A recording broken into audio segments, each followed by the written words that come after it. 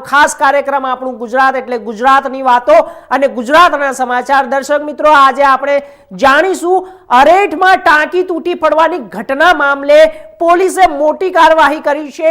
આ ઘટનામાં કુલ 5 આરોપીઓની ધરપકડ કરવામાં આવી છે।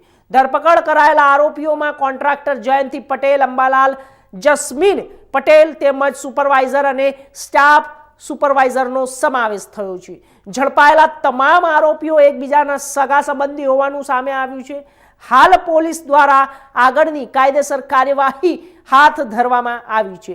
સમગ્ર કેસની વધુ તપાસ સુરત ગ્રામ્ય ડીવાયએસપી બીકે વનારને સોંપવામાં આવી છે। માંડવી પોલીસ સ્ટેશનના તડકેશ્વર ગામે 19 તારીખે બનાવ બનેલો, જેની અંદર જે પાણી પુરવઠા બોર્ડની 9 લાખ લીટરની ક્ષમતા ધરાવતી ટાંકી જે હતી એ નવનિર્મિત ટાંકી હતી અને એનું ઓપનિંગ થયા પહેલા એ ટાંકી ટેસ્ટિંગ દરમિયાન જ તૂટી પડેલી। આ બાબતને ગંભીરતાથી લઈ અને જે ગુજરાત પાણી પુરવઠા બોર્ડ છે એમના અધિક્ષક ઇજનેરે ગઈકાલે રાત્રે માંડવી પોલીસ સ્ટેશન ખાતે ફરિયાદ નોંધાવેલ છે અને અધિક્ષક ઇજનેરની જે ફરિયાદ છે એ ફરિયાદના કન્ટેન્ટ મુજબ ભારતીય ન્યાય સંહિતાની કલમ 316(5), 318(4), 125A અને 54 આ કલમો મુજબ ગંભીર ગુનો નોંધાયેલો છે અને આ ગુનાની ગંભીરતાને ધ્યાને રાખી અને તાત્કાલિક અમે અલગ અલગ ટીમો બનાવી અને આ ગુનાની અંદર જે અલગ અલગ આરોપીઓ છે એ તમામને પકડવા માટે ટીમો સક્રિય કરેલી। જે ફરિયાદ છે એ ફરિયાદની હકીકત મુજબ જે ટેન્ડર જે કંપનીને લાગેલું હતું, જે કંપની ટેન્ડરમાં પસંદગી થયેલી એ કંપની જે છે એ Jayanti super contractors private limited Mehsana અને એની સાથે જોઈન્ટ વેન્ચર તરીકે બાબુલાલ અંબાલાલ પેઢી જે છે આ બંનેને જોઈન્ટ વેન્ચર તરીકે ટેન્ડર મળેલું અને ટેન્ડરની જે શરતો હોય, બોલીઓ હોય અને એના જે ટેકનિકલ સ્પેસિફિકેશન હોય એ મુજબ જે તે કંપનીએ કામ કરવાનું હોય છે, જે મુજબ કામ થયેલ નથી। અને જે પીએમસી જે છે project monitoring consultancy company A Mars planning and engineer system અમદાવાદની કંપની છે, એ ટેન્ડરમાં સિલેક્ટ થયેલી। એ કંપનીનું કામ એ છે કે એ કંપનીએ જે ડિઝાઇન મુજબ, ડ્રોઈંગ મુજબ, ટેકનિકલ સ્પેસિફિકેશન મુજબ અને જે માલ સામાનની ગુણવત્તા જે ટેન્ડરમાં નિયત થયેલી હોય એ ગુણવત્તા મુજબનો માલ સામાન વપરાયેલ છે કે કેમ એનું સમયાંતરે સાઇટ ઉપર જઈ ચેકિંગ કરી અને એને પ્રમાણિત કરવાનું હોય છે અને એ પાણી પુરવઠા વિભાગને આપવાનું હોય છે, જે મુજબનું એક કંપનીએ કામગીરી કરેલ નથી। તો રાજકોટ જિલ્લાના કાગવડ સ્થિત ખોડલધામ મંદિર પ્રાણ પ્રતિષ્ઠા મહોત્સવ યોજાયેલા 9 વર્ષ પૂર્ણ થયા છે અને આ સાથે 9 વર્ષ પૂર્ણ થતા આજ રોજ યોજાયેલી કન્વીનર મીટમાં ખોડલધામ ચેરમેન નરેશ પટેલ દ્વારા ખોડલધામ સંગઠનના અધ્યક્ષ તરીકે પૂર્વ મુખ્યમંત્રી આનંદીબેન પટેલની પુત્રી અનાર પટેલના નામની ઘોષણા કરી છે। ત્યારે રાજકોટમાં ખોડલધામ સંગઠનના નવનિયુક્ત પ્રમુખ અનાર પટેલ પત્રકાર પરિષદ યોજી પોતાની ભૂમિકાને ઉદ્દેશ્ય સ્પષ્ટ કર્યા અને તેમણે કહ્યું કે ખોડલધામ સંગઠનની જવાબદારી તેમને સોંપવામાં આવી છે અને તેઓ નરેશ પટેલના માર્ગદર્શન તથા નેતૃત્વ હેઠળ કાર્ય કરશે। તો સાથે જ સ્પષ્ટ કર્યું હતું કે ખોડલધામના હોદ્દાને રાજકારણ સાથે જોડવું યોગ્ય નથી। મારી રાજકીય કારકિર્દી માટે કોઈ પ્લેટફોર્મની જરૂર નથી। મેં આજ સુધી મારી કોઈ રાજકીય પ્રોફાઇલ બનાવી નથી। વિવિધ રાજકીય પક્ષોમાં રહેલા લોકો પણ ખોડલધામમાં આવી સભ્ય બનતા હોય છે। ચૂંટણી વખતે મીડિયા દ્વારા તેમને વારંવાર ટિકિટ અંગે ચર્ચામાં લાવવામાં આવ્યા છે, પરંતુ તેમનો ઉદ્દેશ સ્પષ્ટ છે। મારો મુખ્ય ઉદ્દેશ ખોડલધામના માધ્યમથી સમાજની સેવા કરવાનો છે। પત્રકાર પરિષદ દરમિયાન અનાર પટેલની સંસ્થાની એકતા સેવા સામાજિક કાર્ય પર ભાર મૂક્યો હતો।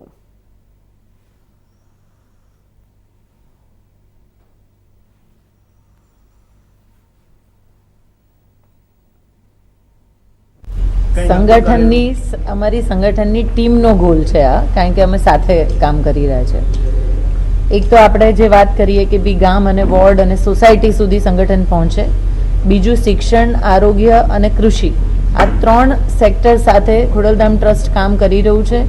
એમાં જ અમે વધારે ને વધારે પ્રકલ્પો સુધી પહોંચીએ, અમારા બાળકોની દિશા, યુવાનોની દિશા પકડાયેલી રહે, બહેનોના જેટલા બી સામાજિક ઇશ્યુઝ છે એ બહેનોના સામાજિક ઇશ્યુઝમાં એ ચાહે સ્કિલ ડેવલપમેન્ટ હોય કે પછી એ લોકો સાથે કોઈ બી પ્રોબ્લેમ હોય તો મેરેજ બ્યુરો છે કે સમાધાન પંચ જે વર્ષોથી અહીંયા ચાલુ આવ્યું છે એ દરેક પ્રવૃત્તિઓ અમે કરવા માંગીએ છીએ. કૃષિ ક્ષેત્રે બી અમે પ્રવૃત્તિ કરવા માંગીએ છીએ કે ઓર્ગેનિક ફાર્મિંગ તરફ કેવી રીતે જાય અને એગ્રો ઇન્ડસ્ટ્રીઝમાં વધારે ને વધારે ખેડૂતો કેવી રીતે જોડાય.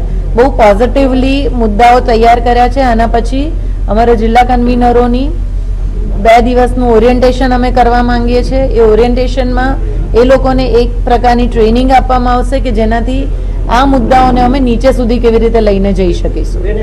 અત્યાર સુધી સંગઠનની વાત કરીએ તો અત્યાર સુધી આ હોદ્દો ખોડલધામમાં હતો નહીં. હવે પ્રોટોકોલ તોડીને આ બનાવવામાં આવ્યો, એની પાછળનું કારણ? પ્રોટોકોલ બિલકુલ તોડવામાં નથી આવ્યો. સંગઠન ઓલરેડી બનેલું હતું. ઝોન અધ્યક્ષથી સંગઠન ચાલતું હતું.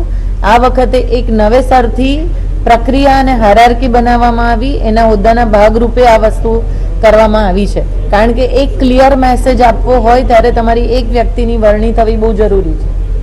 પ્રેમ લગ્નનો મુદ્દો અત્યારે ગુજરાતમાં ચાલી રહી છે, લેવડો છે. આપ માનો છો કે પટેલની દીકરી પટેલમાં જ રહેવી જોઈએ? હું એવું 100% માનું છું કે તમે અહીંયા બોલો છો એટલે ખોડલધામ સાથેનો આ પ્રશ્ન છે જ નહીં. આમ જોવા જઈએ તો કે પટેલની દીકરી પટેલમાં રહે, પટેલની દીકરી પટેલમાં રહે કે પટેલની દીકરી પટેલમાં ના રહે, એને જ્યારે પ્રેમ થતો હોય છે ત્યારે ઘરની સંમતિ વગર કોઈ પણ મેરેજ થાય એને જ લવ મેરેજ કહેવામાં આવે છે. એવું એટલી અપેક્ષા તો આપણે બી રાખીએ કે ઘરની સંમતિથી બધું થાય કે જેનાથી આપણી દીકરી સેફ રહે. બગદાણા નવનીત બાલધિયા કેસમાં એસઆઈટી દ્વારા જયરાજ આહિરને સમન્સ આપવામાં આવ્યા પછી પીડિત નવનીત બાલધિયાએ પોતાની પ્રતિક્રિયા આપી. તેઓએ જણાવ્યું કે આ કેસમાં તેમણે એસઆઈટીને આપેલા પુરાવા આધારે જયરાજ આહિર સામે સમન્સ આપવામાં આવ્યો અને એસઆઈટીની સાચી દિશામાં તપાસ કરે તો કેસ મોટો ખુલાસો થઈ શકે. આ સાથે જ એસઆઈટી માયાભાઈ આહિરના દીકરા જયરાજ આહિરને 21 જાન્યુઆરી સાંજે 5 કલાકે આઈજી કચેરીમાં હાજર રહેવા કહ્યું. 2 દિવસ પહેલા નવનીત બાલધિયાએ એસઆઈટીને નિવેદનમાં જયરાજ આહિર વિરુદ્ધ 15 જેટલા પુરાવા આપી દીધા અને એસઆઈટી બગદાણાના રામવાળા અને મહુવાના ચેતન સોનીને પૂછપરછ માટે બોલાવ્યા. અત્યાર સુધીમાં આ કેસમાં 11 જેટલા આરોપીઓની પૂછપરછ થઈ ચૂકી છે. 29 ડિસેમ્બરના રોજ મારવાની ઘટના બની હતી અને આ સાથે હવે સૌની નજર જયરાજ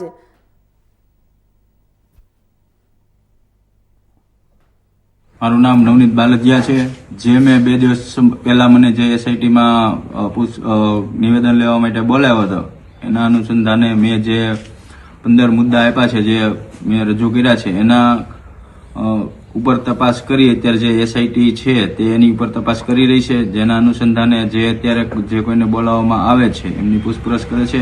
જે આજે 5 વાગે જયરાજને બોલાવવામાં આવ્યો છે તો મારા જે મેં પ્રૂફ આપ્યા છે એની ઉપર યોગ્ય દિશામાં તપાસ કરશે એટલે જયરાજ મુખ્ય આરોપી કાવતરાખોર છે એનું નામ સામેલ થઈ જશે એવી મને એસઆઈટી ટીમ ઉપર આશા છે કે આ જે મુખ્ય આરોપી જયરાજ છે એનું નામ સામેલ થઈ જાય.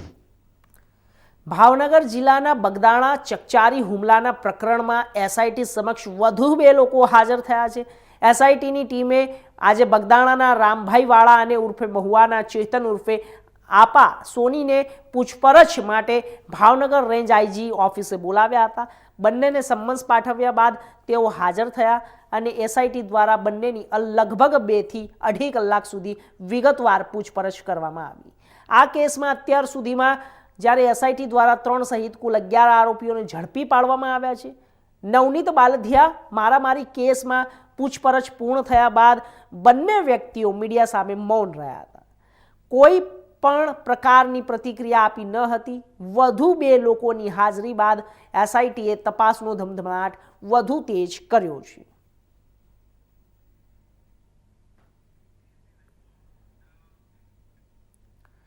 ભાવનગર શહેર મધ્ય ચાલતા ભારે લોડિંગ વાહનો વારંવાર અકસ્માત સર્જી રહ્યા છે.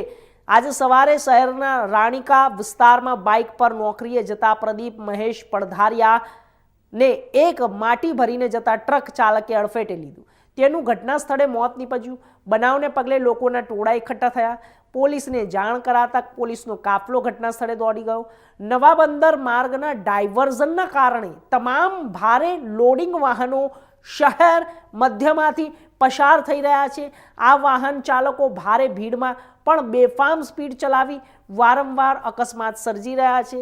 આવી ઘટના થોડા માસમાં અનેક વાર બની ચૂકી છે। લોકો મોતને ભેટી રહ્યા છે। તંત્રની આંખ ઉઘડતી નથી અને વધુ એક આવા અકસ્માતમાં એક પરિવારના આધાર સ્તંભ સમાન વ્યક્તિને જીવ ગુમાવવાનો વારો આવ્યો છે।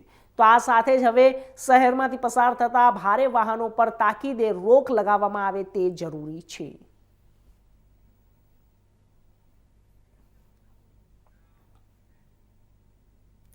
રાજકોટમાં સેવા ભાવનાના નામે ઓળખાતા સદભાવના ટ્રસ્ટ મેડિકલ સ્ટોર સામે ગંભીર આક્ષેપો સાથે એક વ્યક્તિ દ્વારા પોલીસમાં અરજી કરવામાં આવી છે। રાજકોટના નાના મોવા વિસ્તારમાં આવેલા સદભાવના વૃદ્ધાશ્રમ દ્વારા વૃદ્ધાશ્રમ ઉપરાંત વિવિધ સેવાકીય પ્રવૃત્તિઓ ચલાવવામાં આવે છે। ગરીબ અને જરૂરિયાતમંદ લોકોને મોંઘી દવાઓ ઓછા ખર્ચે મળી રહે તે હેતુથી સદભાવના રાહત દર દવાનો મેડિકલ સ્ટોર શરૂ કરવામાં આવ્યો, પરંતુ એક વ્યક્તિએ માલવ્યા પોલીસ મથકે અરજી કરી। તેમણે અહીં ખરીદેલી વિટામિન બાયો D3 મેક્સ દવા 6 મહિના સુધી લેવા છતાં કોઈ અસર ન થઈ અને દવા પર રહેલા QR કોડ સ્કેન કરતા પ્રોડક્ટ નોટ ઓથેન્ટિક દર્શાવાયું હતું અને આ અંગે મેડિકલ સ્ટોરને જાણ કરાઈ। સંતોષકારક જવાબ ન મળતા પોલીસમાં અરજી કરવામાં આવી અને ડુપ્લિકેટ દવાઓ વેચાતી હોવાની શંકા વ્યક્ત કરવામાં આવી।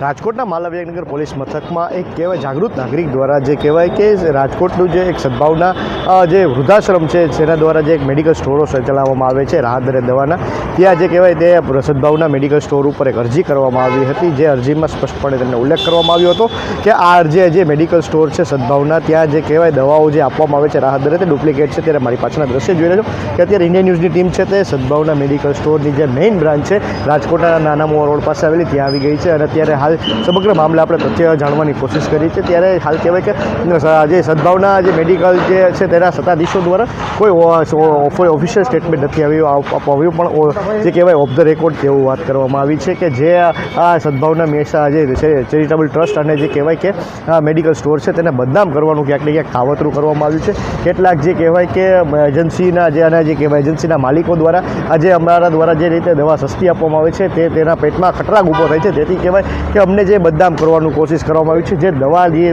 ગ્રાહક દ્વારા લેવામાં આવી હતી તે આજથી 6 મહિના પહેલાં લેવામાં આવી હતી અને જે કહેવાય કે વિટામિન D3ની દવા હતી, જે દરેક વિટામિનને જે ખામીઓ હોય છે તે પૂર્ણ કરવાની દવા હોય છે।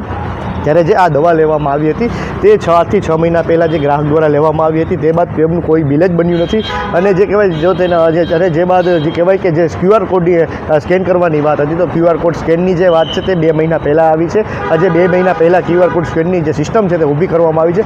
જે 6 મહિના પહેલાં દવા લેવામાં આવી ત્યારે કોઈ QR કોડ સ્કેનની કોઈ સિસ્ટમ નહોતી ઊભી કરવામાં આવી।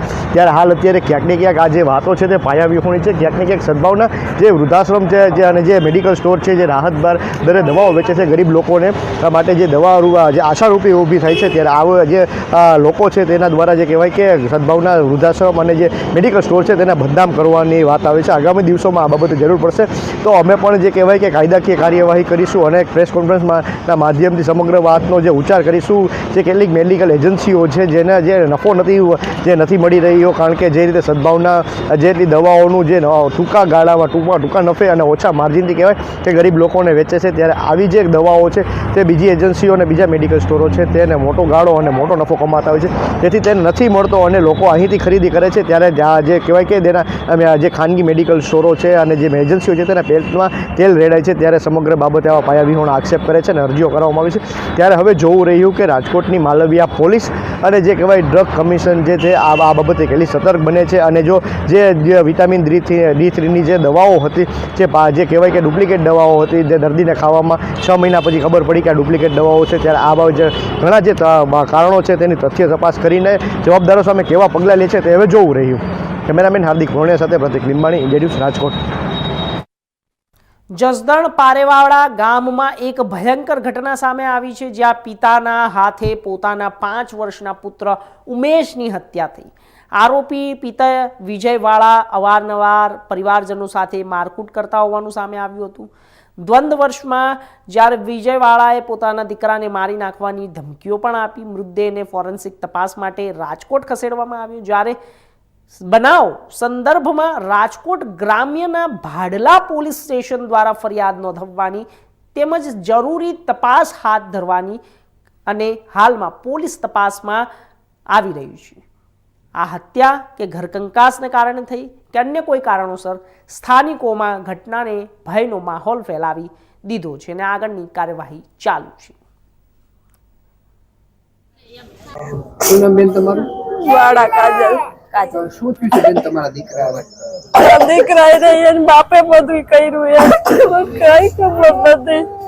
શું કામ કર્યું? બધી પેલા ધમકી દીધી તારે છોકરાને માર નાખી, છોકરો માર નાખ્યો, જીવ જાતું થઈ ગઈ ને. ક્યારે કર્યું? ગઈ રહી તે કાલ મારો છોકરો એનો ભેગો હતો. શું કામ કર્યું? એનું કારણ શું હતું?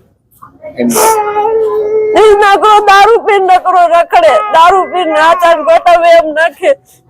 તમારે કેટલા દીકરા? મારે 2 દીકરા હે, આ એક નાનો હે.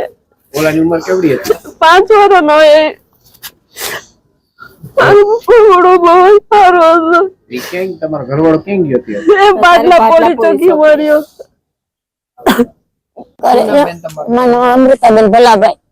શું બનાવ શું બન્યો તો બેન? મને જ ખબર નથી સાહેબ. હું તો વાજરી દાડામ ગઈ. મારા મોટાજી દાડો હતો ને તો બાઈ નો ફોન આવ્યો કે માં હાલો આપડે મુંબલો કેવું બન્યું નથી લીધો તો બાઈ માં લીધો પત્ની પાઈ ગયો. મને એમાં કરતા આવ્યો તેને ભાઈ કોઈ મારા વાત નથી.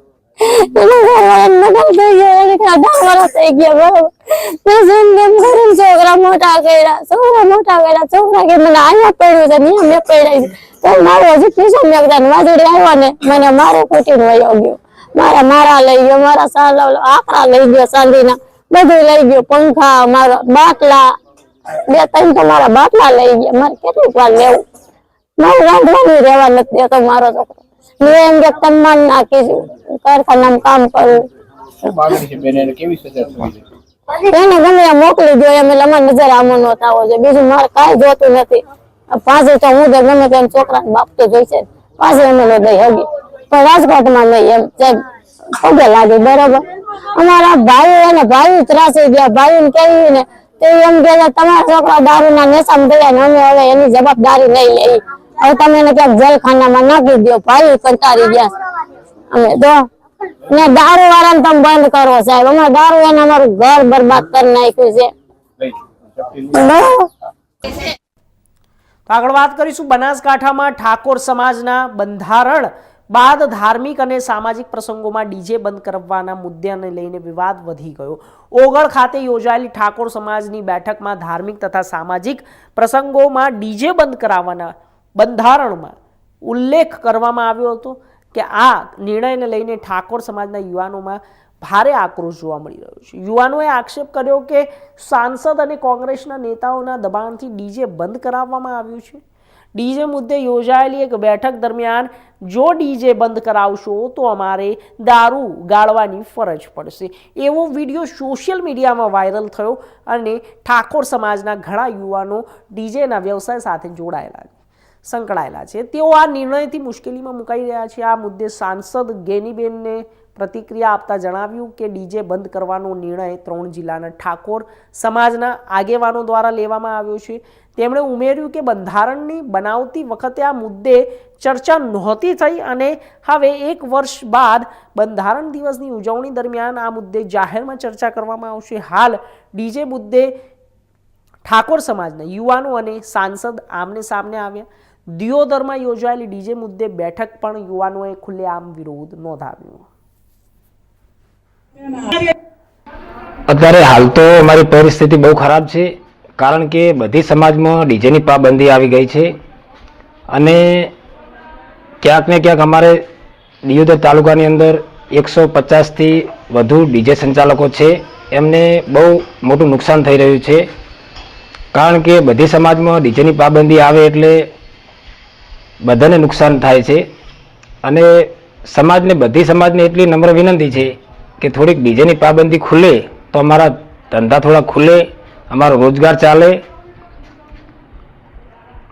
સંચાલકો બધું એવા કહેવા માગે છે કે દરેક સમાજને નમ્ર વિનંતી અને આ બધી ડીજેમાં થોડીક છૂટછાટ મળે તો અમારા ધંધા ચાલે.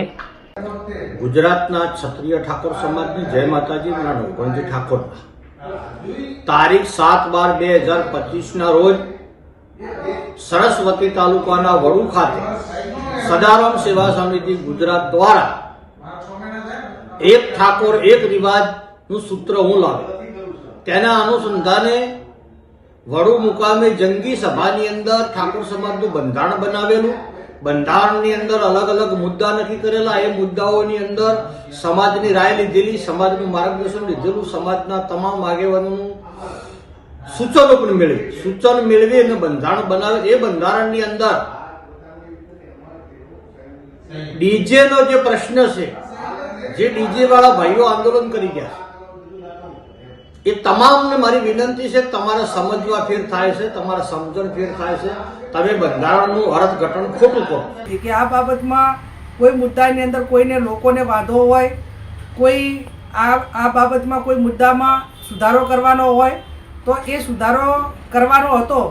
એ ટાઈમે ડીજેવાળા જો ઠાકોર સમાજના હોત તો એમને આવીને રજૂઆત કરી હોત તો એમની જે વાત હોત એ બંધારણમાં એ વખતે વાત મૂકવામાં આવત. પણ એ ટાઈમે કોઈ જ આ બાબતમાં 4/1/2026 પહેલાં ક્યારે પણ કોઈ ડીજેવાળાએ કે કોઈએ વાત કરી નથી. વાત રહી ડીજેવાળાનો વિરુદ્ધ, તો આ જે બંધારણ છે એ માત્ર ઠાકોર સમાજ કર્યું છે. ગઈકાલે દરબાર સમાજે કર્યું, હવે બીજા સમાજો કરશે. એટલે એનો અર્થ એ થયો કે તમામ સમાજ જ્યારે આ ડીજે ઉપર પ્રતિબંધ મૂકવા માગતા હોય તો એનો અર્થ સીધો એ થાય કે આ ડીજે એક માંગલિક પ્રસંગોની અંદર મનોરંજન સાથે નુકસાન છે એવું તમામ સમાજોના આગેવાનો, બુદ્ધિજીવી લોકો આ બાબત સ્વીકારે છે. સાહેબ, અમારું તો એટલું જ કહેવું છે કે 85-90% ઠાકોર સમાજની અંદર જે ભણ્યા નથી, જે ગણ્યા નથી એવા લોકો આ ડીજેનો ધંધો વેપાર કરે છે. જે 2-5 લાખ રૂપિયા ફી ભરીને જે ડિજિટલ મિક્સર શીખી અને જે આ લાઈન પકડી છે ડીજેની, અને ડીજેની લાઈન પકડીને હવે જો એમને આ ધંધો મૂકવાનો આવે બરોબર તો એમની વેદના શું હોય છે બરોબર. એટલે ઓની અંદર એવું છે કે જે ડીજે છે, ડીજે સારી વસ્તુ છે, પણ જે એની અંદર જે ગીત આવે છે, ગીતને સરકાર પાબંદી કરે, સરકાર એની મંજૂરી ન આપે તો સારા ગીત વાગવાના, સરકાર મંજૂરી આપે તો માર્કેટમાં એ ગીત આવવાના. એટલે અમારી તો એટલી વિનંતી છે કે આ ડીજે વસ્તુ સારી છે. બીજી વસ્તુ કે કોઈ એવો પ્રોગ્રામ અમને બતાવો કે ડીજે વગર થતો હોય, સરકારી હોય, રાજકીય હોય કે સમાજનો હોય. એટલે અમારું તો એવું કહેવું છે કે તમે લિમિટ, ટાઈમ બરોબર, ચુસ્ત બંદોબસ્ત તમે જે કહેશો એ પ્રમાણે અમે ઊભા રહીશું. પણ અમારું તો એટલી નમ્ર વિનંતી છે કે તમે આ ડીજેની. તો આગળ વાત કરીશું પંચમહાલ જિલ્લાના કાલોલ તાલુકામાં મનરેગા યોજનાને લઈને સર્જાયેલા વિવાદ સ્થાનિક રાજકારણ અને વહીવટી તંત્રમાં હલચલ મચાવી દીધી છે. વેજલપુર, બેઢિયા, શમા, ઘુસર, વ્યાસડા અને ભાદરોલી બુજુર્ગ જેવી ગ્રામ પંચાયતો સામે સ્થાનિક નાગરિકો વિકાસ કામોમાં ભ્રષ્ટાચાર થયાનું હોવાનું આ રજૂઆત કરી હતી. રજૂઆત કરતાઓએ જરૂરી તપાસ ન થાય તો ભૂખ હડતાલ પર બેસવાની ચીમકીઓ પણ આપી છે. અને પરિસ્થિતિને પગલે અસરગ્રસ્ત ગ્રામ પંચાયતોના સરપંચોના સભ્યો વહીવટીદાર ગોધરા ખાતે જિલ્લા તંત્રને આવેદન આપીને આરોપોને ખોટા ગણાવ્યા. તેમણે જણાવ્યું કે પંચાયતો વિસ્તારની દૃષ્ટિએ એક સાથે શક્ય નથી. મેં આવેદન આપ્યું છે એક જ કારણે કે અમારા જે કામોના વિકાસ નહીં થતો અને એ કામો બાબતે અમારે રિટાયર્ડ જમાદાર ઉદયસિંહ સોમસિંહ અને મહેશ સોમસિંહ આ બંને જણા ખોટી આ કામો અટકાવવા બાબતમાં ખોટી અરજીઓ કરે છે. એ બાબતે અમે સાહેબને જાણ કરીએ છીએ અને અમારા સરપંચશ્રી અમારા વિકાસના કામો ઘણા જ પણ કરી રહ્યા છે અને થાય છે. અને તે કામોને અત્યારે જે હાલ નવા મંજૂર થયેલા છે એ કામોને અટકાવ કરે છે. એ બાબતે અમારું અટકાવ કોઈ કામનું થાય ના અને કામોનો તમામ વિકાસ થાય એ બાબતે અમે સાહેબશ્રીને, કલેક્ટર સાહેબશ્રીને આવેદનપત્રક આપીએ છીએ જેથી કરીને અમારા કામો ચાલુ થઈ જાય અને અટકાવ તેનો થાય ના.